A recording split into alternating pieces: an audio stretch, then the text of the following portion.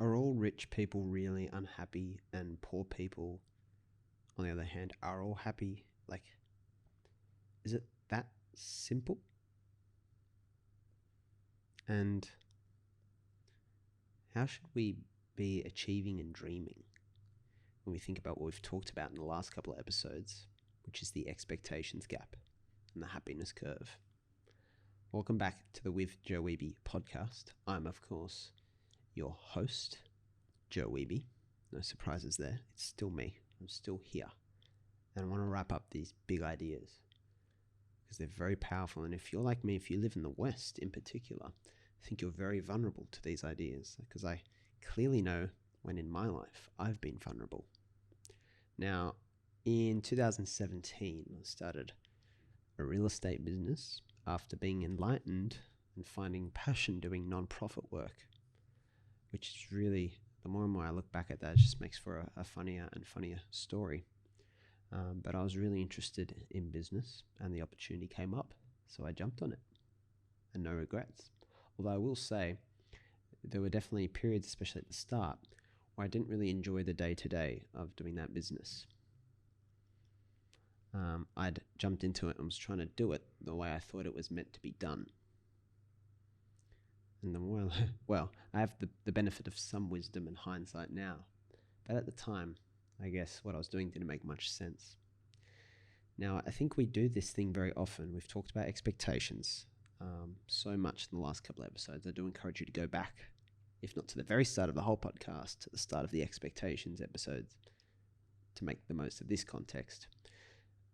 But I think we do this thing called planting, which is we want to feel good about the reality we're in, and we want to have a positive image of ourselves at all times. Right? Do you agree?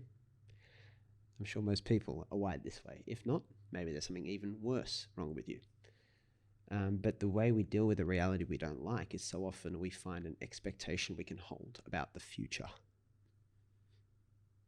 when it will be better.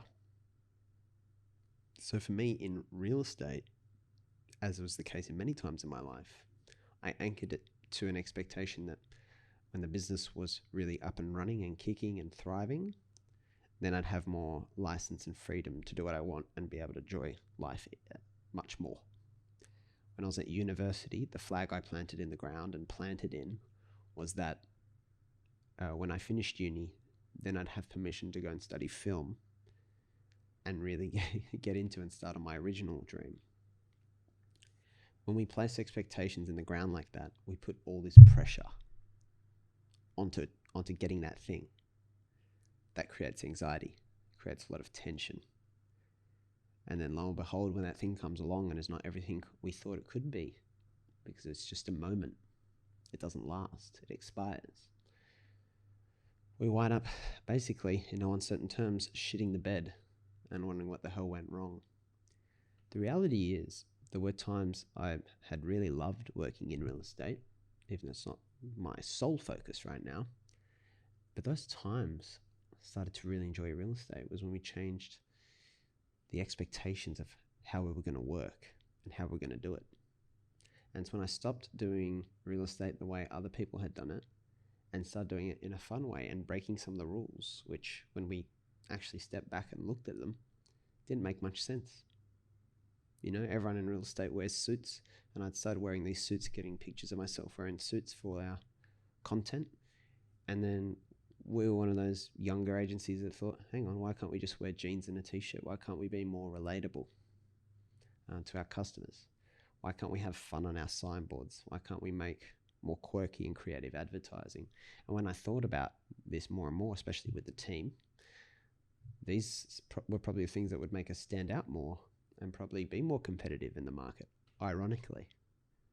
So I just find it so funny how we engage with things based on these expectations, how they relate to our enjoyment, and how they relate to the much more productive way we then go about them. So it's liberating in every kind of way you look at it. And it's just so funny. I talked, I think, in the earlier episode, probably episode, not sure which one it'd be, but right now 28 or 29, maybe 29 I'd say, about, starting out wanting to be an actor and a film director when I was much younger, but how my goal was really to win Academy Awards, to do it all by the age of 30, and be the underdog story from Australia. So it was really all these extrinsic goals I was placing a lot of expectations on. Now, I talked in the previous episode about navigating achievement and how it can be a bit of a balancing act. It's not always that easy, but the way to do it, in my opinion, is to dream big but expect small. The dream is how things could be better, sure, and it's a different reality to the one we live in, of course. But a dream is very different to an expectation. Because the way I come to think of the expectations is the expectations trap. So I talked about the expectations gap, which is referring to basically how we expect to feel about the future versus how we feel now, and the gap between the imagined reality and the actual reality. And then the trap we fall into is that pattern of thinking has no win. I don't see any positive outcomes. The key is not to lose the optimism. It starts to get tricky. So it's the optimism that the future can be better without the expectation. Blah.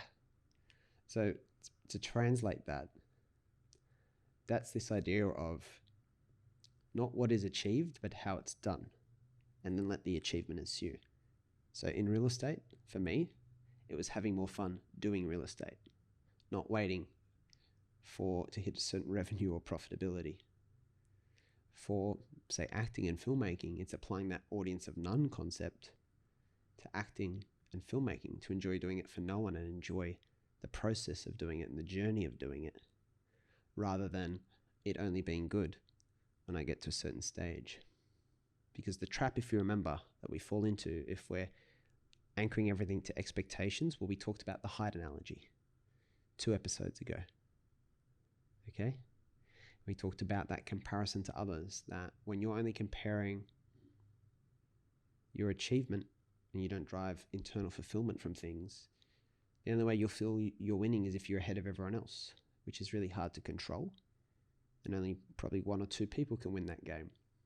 But even the people who win, they don't really win, because normally their drive to get there is based on an expectation that will provide ongoing fulfillment. When those big achievements and awards are really momentary experiences, they're pleasure experiences. They're nothing without the journey. So it starts to get very, very specific, but it's all about avoiding this expectations trap, about not planting things in the ground, looking for reality to be better when.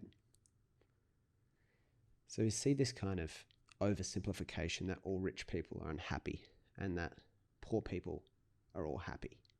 And I don't think that's true. What I think is true is that where we invest our expectations is what makes the difference. So we've talked about wealth, level of income, and comfort in these past episodes, and it's just getting more specific, I think, and clearing up the narratives we have about that and the stories we have. Because it's overly simplistic. Not all rich people are unhappy just because they're rich. It doesn't work that way.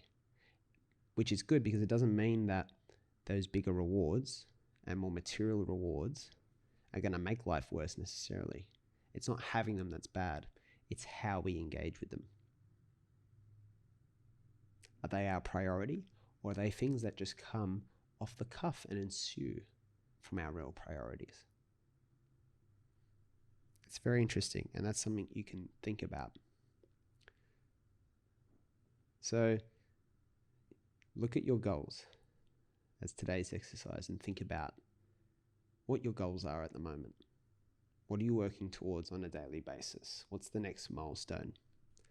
And then think about, have they been built and defined extrinsically, or are they intrinsic? Do they come from within?